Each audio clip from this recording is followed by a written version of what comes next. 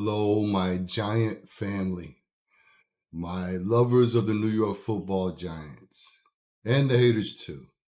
Can't leave out the haters.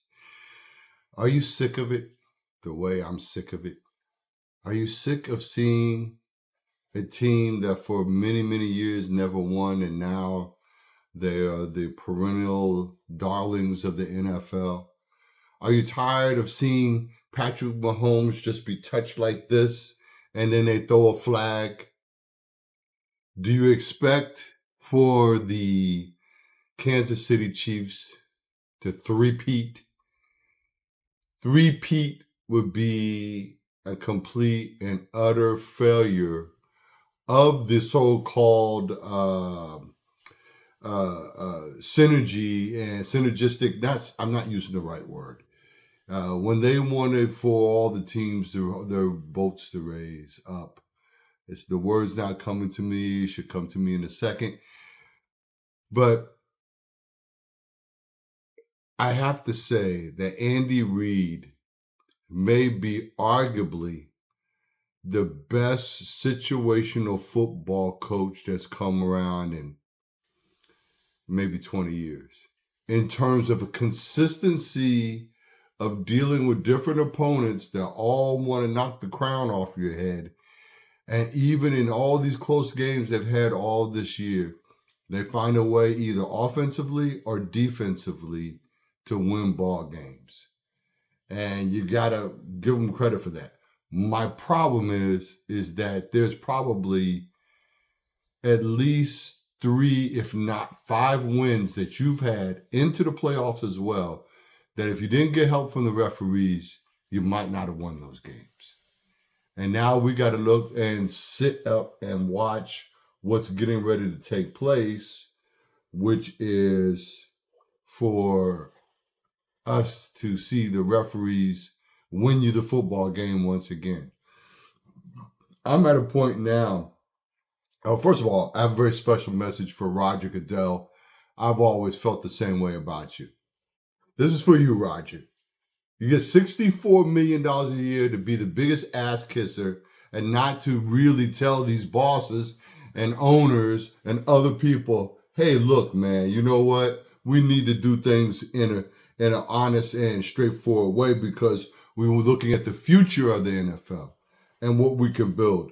And your methodology is just the suck ass. If somebody took one of those lights they use for crime scenes and they turned out the lights and they shined it over Roger Goodell's face, he would have ring after ring from so many ass kissing for so many years for his $64 million a year that this fucking guy makes.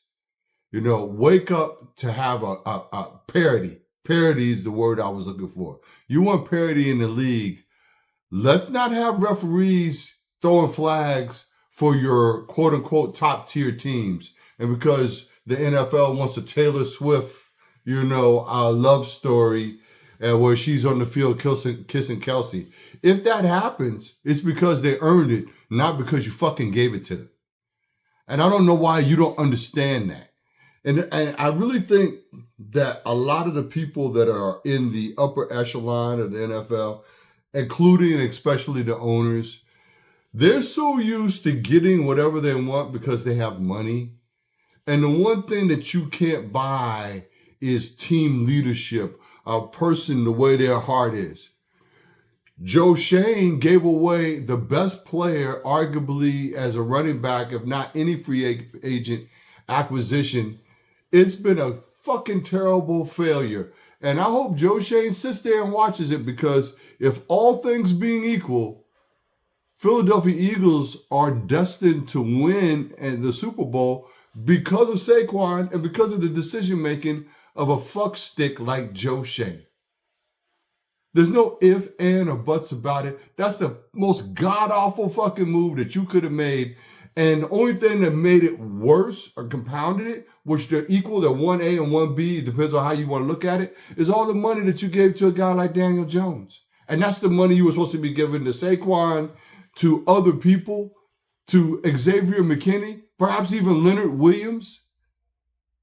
we're losing all these guys that go to other teams and play like superstars. That's because the draft picks and the scouting department did their job in getting these players. But when it came time for you to center a team around these key players, you chose not to. You chose to give them away so that you could just rebuild again when you already have the player that you need. And you have the money, but you want to give it to Daniel Jones and $160 million. And you see what that got you. So you failed miserably with Saquon. And I hope and pray to God that Saquon wins so we can rip you a new one. I would like if John Mara said, this is the final straw for me for Joe Schoen. I got this person like Louis Riddick waiting in the wings, or I got this person like Michael Strahan to be my new GM. If the Philadelphia Eagles win this football game, John Mara should have the fucking guts and the balls to say goodbye and bring in a new GM to work with Mr. Daboll, where Mr. Daboll's letting him know, because as far as I'm concerned, he could fucking go too. If I had my way, regardless if KC wins or not, I would be looking at Spagnuolo to be a head coach. His experience is amazing, what he's learned from Kansas City. We could bleed off some of Kansas City's success. I wish to God somebody could convince Daboll that tight ends are the most important fucking position in the offense, because it helps to get the running back free. It helps to get the wide receivers free. They can chip on people. They're big, so they're bigger than the D-backs. This is all basic shit that you're supposed to know, but you let a talented individual that came out of the Cincinnati, a Bearcat, and Daniel Bellinger, who's been wasting away for 2 or 3 years now because you don't utilize him.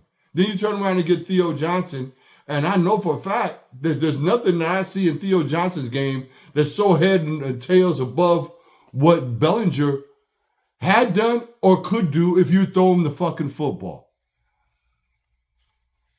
Hashtag Daniel Bellinger. He's a great player, and he's probably going to be another guy that we lose. He's going to go to some other team. I would go to the Washington Redskins personally, just so that you could play your ass off against them. Zach Ertz only has so much gas in his tank, so this might be it for him. That'd be a good landing spot for you, because I guarantee you they will utilize you there, sir. And I hate even saying that out loud. I want my team to do well. I don't want to see other teams do well, but other teams are making good decisions and treating their personnel a certain way. And for some reason, we ended up with another set of bums. Gettleman was a bum. That's how you got Daniel Jones in the first place. Your last guy that you had as a GM and Jerry Reese was so much better, and the people that were picking or making that final decision on the talent, clearly you see what the result is. Between a guy like Coach Coughlin and Jerry Reese, we got 2 Super Bowl rings. But now we got the bumathon. And now we're going into the Super Bowl with a lot more questions by far and into what's going to happen in March and April than we have had. And this is like where we've hit the wall with this shit. People are sick of seeing this team lose. And now Philadelphia is as strong as they ever could possibly be. Washington is on their way, was only a few plays away from being in the Super Bowl themselves. Dallas is rebuilding with a new head coach, with new ideology. I don't know where it's going to go. Hopefully it'll go right down the toilet.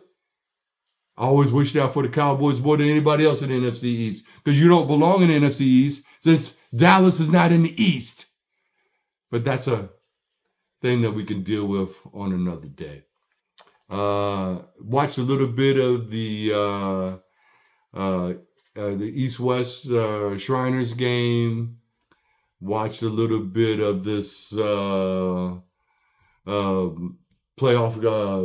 this, I guess you could call it, your all-star game. I forgot the name of that one that was on today. Had that kid, Jackson Dart, from Ole Miss, looking really good, made a really good play for the little bit that I saw. I know there's some people out there, Big Dash is one, who thinks that Jackson Hart could be a guy that could come in. I'm sticking to where I like where a lot of mock drafts are putting Cam Ward in our hands. The people I don't have any faith in is stupid ass Joe Shane and dumbass Dabols. Dabols has to wake up and shake up the offense. Personally, I don't know what happened here in these two games where the one the other day, the Shriner game had Shane Bowen from the Giants being the defensive coordinator for the East side, for the NFC side. And then today I see that Mike Kafka was calling plays for the NFC side for the game they had today. I don't know what's going on with that. I think there's a lot of people out there that did a lot better than the Giants did. You have a 3-14 record, and yet you're bringing these two guys to come in. So whatever on that. I think that Kafka has the potential to be a much better play caller than Dabols, and I don't know why or how the decision was made to keep Dabols as an offensive play caller. I don't like it, and I think it should change. And it might free up Dabols to see maybe the overall view, because that's what you're supposed to have as a head coach. So I don't know where you're going with this bullshit, but we need a retooling in every area. You know, a new kicker. You know, somebody that's healthy and strong. You know, some really good second tier and third tier players that can step up. So I'm looking at player evaluation. I'd like to see. I know one mock draft has got Shedeur going to the Raiders. That I would love to see. I would love for the Giants to get Cam Ward. You know, I don't want to see the Cowboys get shit, although I understand that one running back from Boise is damn good. And now everybody's saying the same thing, which is hysterical. I just heard a guy say the other day, who's going to be the next Saquon Barkley? Well, shit, we had him, but Joe, the stupid ass idiot clown that doesn't know shit about people's personality and how they gel with the team and the importance of it. And how would you fucking know it now for the new guys that you got to pick? This is disgusting. And again, that could be a waste. But hey, I'm putting it out there. Maybe John Mara will see this, or somebody close to Mara will see this and say, let this game be the deciding factor on Joe Shane. Because at the end of the day, without Joe Shane allowing your best player for the last 4 or 5 years, and arguably one of the best running backs of the decade, go to a team in your own division, that you at least had enough fucking sense not to do that. You let the guy go, overpay this other guy, let him go, let Xavier McKinney go, and then you're wondering why you look like dog shit, and you're sitting up there in the box up there, and no one's sitting around you, Joe, because you're a dumbass. And I don't know, unless somebody talks to you. I feel like you should talk to your son and your wife. You can start there, you know. Maybe think of some of the other scout people and people that have been with the Giants. You might have a consultation with Coach Coughlin and Coach Parcells on what their opinions are. You might learn a little something about the importance of team chemistry and how you have to build that with the players that you're choosing, that they're dogs that go after it. Otherwise, they're just a guy in New York City collecting a fucking check like you. Or New Jersey, where you live. Anyway, we got plenty of time to get back on your ass. Hopefully, the Philadelphia Eagles will win. We don't get a three-peat. It'll be a clean game where it was serious plays and not and play calling and not what the referees are doing. And by the way, you want to change the fucking rules? Here's a rule that you can change. If there is pass interference, you do not get it at the spot of the foul. You get it for 10 yards.